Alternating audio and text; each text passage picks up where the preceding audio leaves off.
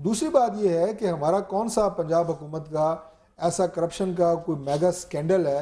आपके वफाकी हुकूमत में इतने बड़े बड़े स्कैंडल हैं, आपके वज़रा जो हैं वो जेलों में भरे हुए हैं, अभी तक बैठे हुए हैं, उन पे पर्चे हुए हैं। तो बात यह है कि कौम को आप इस तरह की बातें करके और इस तरह के अल्फाज एक दूसरे के बारे में कह के, पहले ये एमक्यूएम के साथ होता था, अब लेकिन जिस अब पार्टी आप ने लोग शुरू सब्र कर दिया नहीं है। करेंगे ना, आप कह दें हमने सब्र नहीं करना, हमें ना लेक्चर दें सब्र का। नहीं, ये हम तो जवाब कतई तौर पे इस प्रोग्राम में नहीं है। और मैं ये मार्च में जो आपने बात की, आपने इसके ऊपर पूरी एक रिपोर्ट भी दिखाई, मैं ये भी आपको कह दूं कि कोई हमें बुखार नहीं है सेनेट के इलेक्शंस का। तो ना मार्च तक पीपल्स सब्र पार्टी करेंगे आप लोग। सिंपल मेजॉरिटी लेने जा रही है सेनेट में, ये गलत बात है।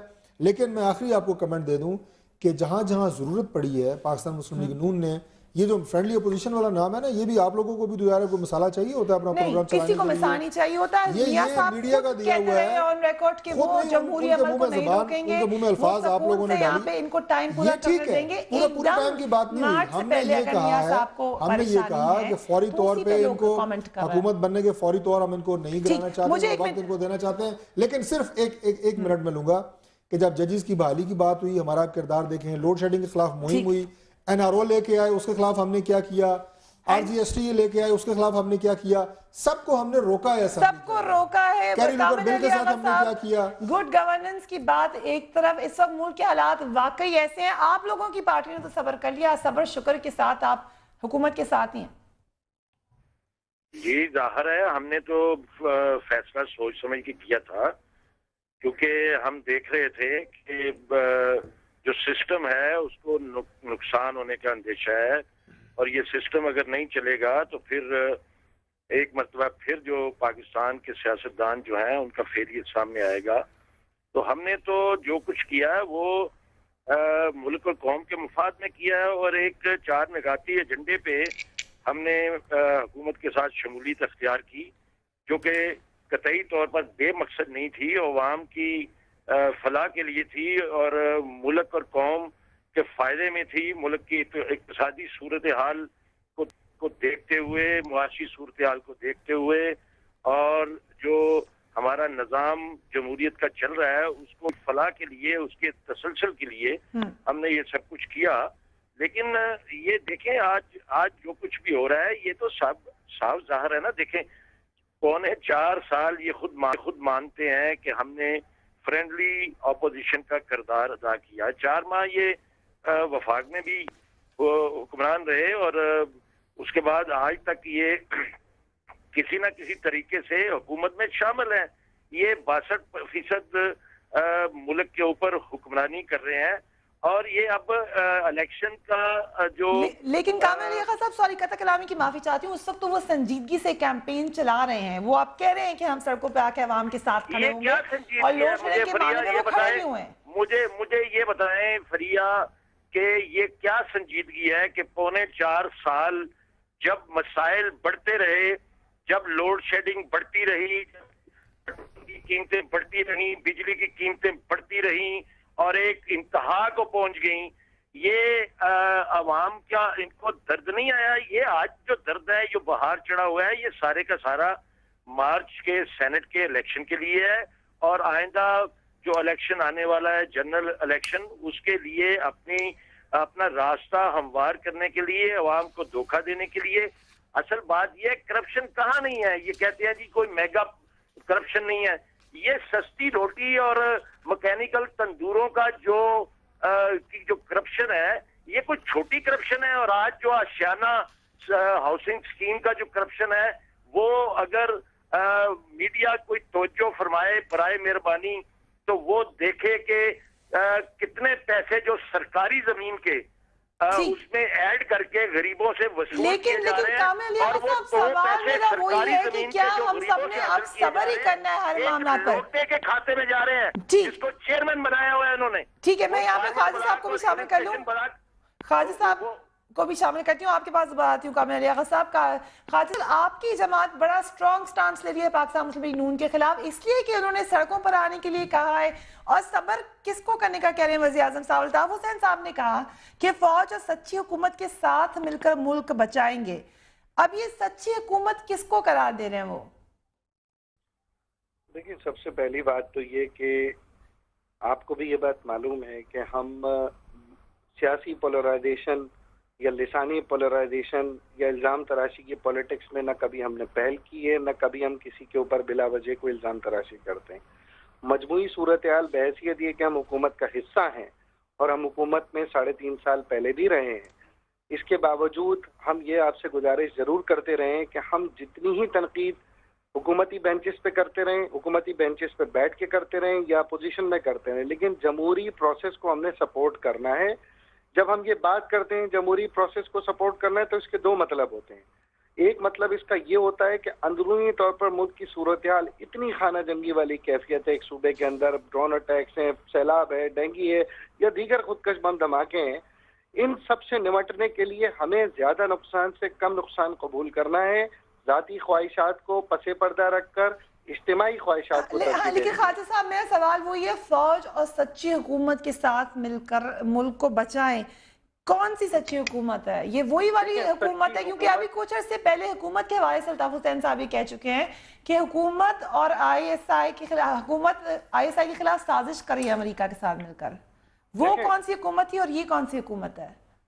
कोई भी पॉलिटिकल पार्टी अपने स्पिरिट में खराब नहीं होती। कोई भी पॉलिटिकल पार्टी जो बरसर इख्तिदार हो, यकीनन उस खाजा साहब, पॉलिटिकल पार्टी का तो पार्टी नाम ही नहीं लिया उन्होंने, हुकूमत की बात की है। जब पॉलिटिकल पार्टीज गवर्नमेंट बनाती हैं, जब हुकूमत बनाती हैं, तो हुकूमत में शामिल जो लोग अपने अपने इदारों, अपने अपने इदारे के सरबरा होते हैं, खराबी वहां से शुरू होती है। और जब हुकूमत में ऐसे लोग शामिल हो जिनका मैनिफेस्टो उनका पर्सनल एजेंडा हो, खास तौर पर उनकी पॉलिसी पैसा जमा करना, वडेरे, जागीरदार, सरमायादार मुल्क के इदारों को बेच देना, खराबी कर देना, आवाम को बेवकूफ बनाना मुख्तलिफ स्कीमों के नाम पर, तो ऐसी सूरत हाल में इल्जाम हुकूमत पर आता है। और अल्ताफ भाई ने जो बात की है, यकीनन मुझे ये बताने की जरूरत नहीं कि पाक फौज के साथ साथ क्यों देना है, पाकिस्तान की हर मुहिब्बे जमात, मुहिब्बे वतन जमात को साथ देना है। और अच्छे सियासतदान वही हैं जो इस मुल्क का दर्द रखते हैं, जिन्होंने शुगर मिलें नहीं बनाई, जिन्होंने राइस मिलें नहीं बनाई, जिनका पाकिस्तान लेकिन से बाहर आप जायदाद जिस नहीं है। हुकूमत के साथ बैठे हुए हैं उसमें वो जागीरदार भी हैं, उसमें मिल्स वाले भी हैं, तो आप किस हुकूमत की बात कर रहे हैं? क्योंकि मुझे पता था आपका ये सवाल आएगा, तो इसीलिए मैंने अपनी जुमले में वो जुमला ऐड किया था अपनी गुफ्तगू में कि एक पॉलिटिकल पार्टी बाय स्पिरिट खराब नहीं होती है। उस पॉलिटिकल पार्टी के स्ट्रक्चर के अंदर जब ऐसे लोग आप शामिल कर लेते हैं, तो फिर यही जिनको- बात खालिद साहब समझ गई मैं आपकी बात, आपने कही थी यही बात आप नून के लिए भी कहें ना, फिर वो भी बाय स्पिरिट खराब नहीं हो सकती उनकी पार्टी भी।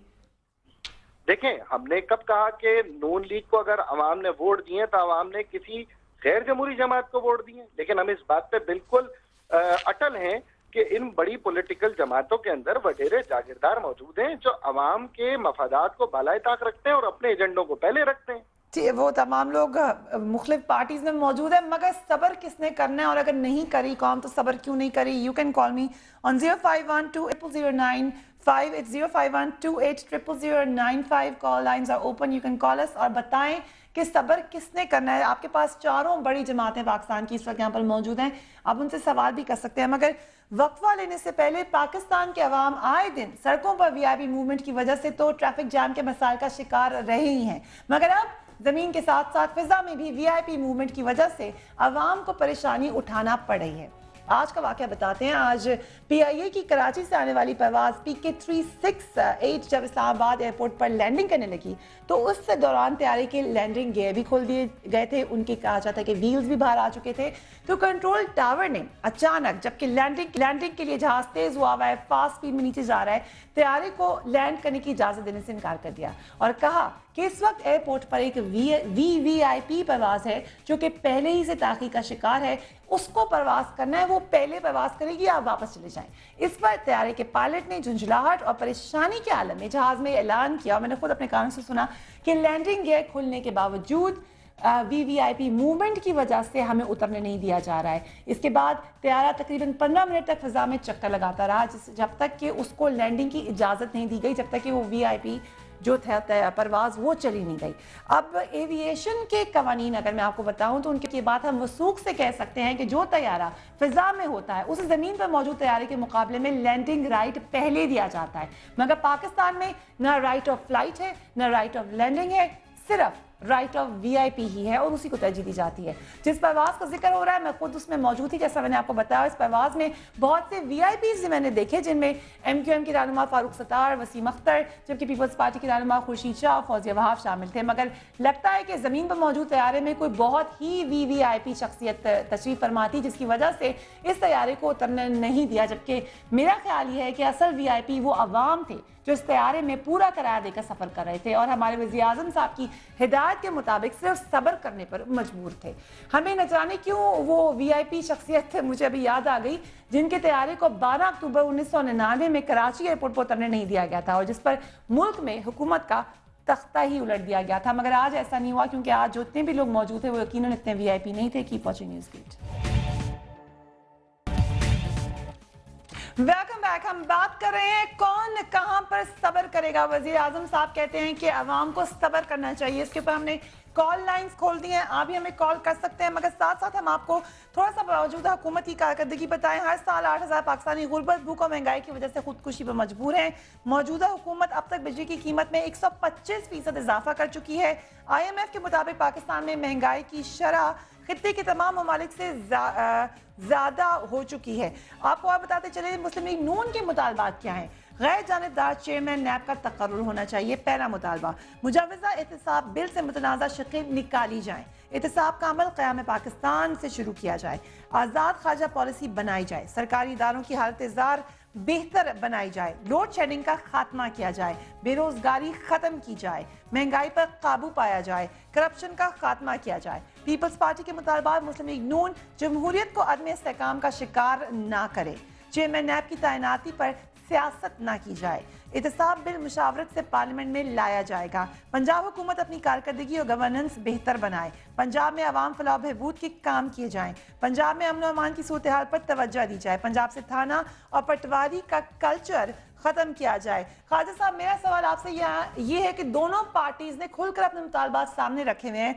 आपका हुकूमत में आना और फिर नून के खिलाफ एक स्टांस लेना किस तरह इशारा करता है? खासकर से कुछ बातें जो आपने की, अल्ताफ हुसैन साहब को दोबारा कोट करूंगी, रहमान मलिक आयशा अहद को तहफ़्फ़ुज़ फराहम करें, इसके बारे में आप रोशनी डालेंगे जरा? देखिए, सबसे पहली बात तो ये कि हमने आयशा अहद मलिक के हवाले से जो बात की है वो हमें बराह रास्त उस खानदान से रब्ता भी हुआ है और मीडिया पे भी वो खबर आ चुकी है। और आप आयशा अहद मलिक से पहले शाइस्ता आलमानी, शाजिया, 5 जो खवातीन को जिंदा दरगोर किया, राजनपुर की 11 खवातीन और इवन कराची में 5 साल की होने वाली बच्ची की ज्यादती से लेकर हर औरत, हर बेटी, यानी 1986 में बुशरा जैदी जिसको एक्सीडेंट में मार दिया गया था, हर औरत के लिए एमक्यूएम बड़ी शद्दोमत से अपना मामला उठाती है। बजाय इस तासुर को बिल्कुल दूर कर दें। जब सिंध में हमने खवातीन का उठाया था तो उसमें हमारे हुकूमती इत्तेहादी में बहुत सारे लोग, वहाँ के MPA थे, MNA थे, हमने बिला तफरीक हमने आवाज उठाई है। तो यानी इसमें नून का कोई आपको नहीं लग रहा कि आप उनको टारगेट कर रहे हैं? आप एक खातून का मामला उठा रहे हैं, आपका मौक़िफ़ ही है। मैंने इतने सारे केस आपको सिर्फ एक टेलीफोन पे गिना दिए। जब आप मुझे मौका देंगी और टाइम देंगी तो मैं पूरी फाइल भिजवा दूंगा किन किन खवातीन के लिए। शर्जील अहमद साहब, आप मुझे कुछ बताएंगे आयशा अहद के केस के बारे में? देखिए, मैं समझता हूँ कि जहाँ तक आयशा अहद मलिक का ताल्लुक है, एक पाकिस्तान की एक वो शहरी हैं, तो उनको इंसाफ मिलना चाहिए। उसके लिए हुकूमत पूरी कोशिश करेगी कि उनको इंसाफ दिलाए। लेकिन इसको हम किसी सियासी तौर पर अगर लें, किसी फैमिली से जुड़कर, तो वो मेरे ख्याल से वो मुनासिब बात नहीं है। तो हम बिल्कुल उसको इंसाफ देने के लिए पूरी कोशिशें की जाएंगी और उसको इंसाफ मिलना चाहिए, क्योंकि ये हर आम शहरी का हक है कि उसके साथ कोई ज्यादती ना हो, उसके साथ कोई जुल्म ना हो। तो उस चीज़ में जो है उसको इंसाफ दिलाने के लिए हम अपनी पूरी कोशिशें करेंगे। चौधरी साहब, कैसे इंसाफ मिलेगा आयशा अहद मलिक को? देखिए, बात यह है जी कि पहली बात तो मैं अर्ज़ करूँगा कि सियासी पार्टियों को मेरा एक मशवरा है कि सियासी जो मुखालफत होती है वो सियासी मैदान में रहना चाहिए, एक दूसरे के घरों में नहीं घुसना चाहिए। ये घर में घुसने वाली बात है। देखिए, ज़ाहिर है वो नाम ले रहे हैं, वो हमारी पार्टी के लीडर हैं, और उनके बारे में सिर्फ उनको यानी ये कहें कि उनको बदनाम करने के लिए या उनको स्कैंडल में इन्वॉल्व करने के लिए। आयशा अहद मलिक किसी की बहन है, किसी की बेटी है, हम खुद बहनों वाले भी हैं, बेटियों वाले भी हैं। मैं ये कहता हूँ कि अगर उसके पास कोई सबूत है तो वो काबिल एहतराम है, वो लेके मीडिया के पास आए, बात ख़त्म। अब इतना अरसा हो गया है जनाब, वो कभी तहरीक पेश हो रही है, कभी कुछ हो रही है। मेरे भाई इज़हार साहब ने अभी लंबी एक फहरिस्त गिनवाई है, मैं उन्हें मशवरा दूंगा कि सिंध की एक और बेटी भी है, उसका उसका नाम के आखिर में गबोल आता है, उसको भी ज़रा इस लिस्ट में शामिल करें, उसके भी मुतालबात देखें क्या है। हम कभी भी ये नहीं कहते कि दूसरों के घरों में घुसें, हम कहते हैं सियासत को सियासत की तरह करें, ज़ातियात की तरह ना करें।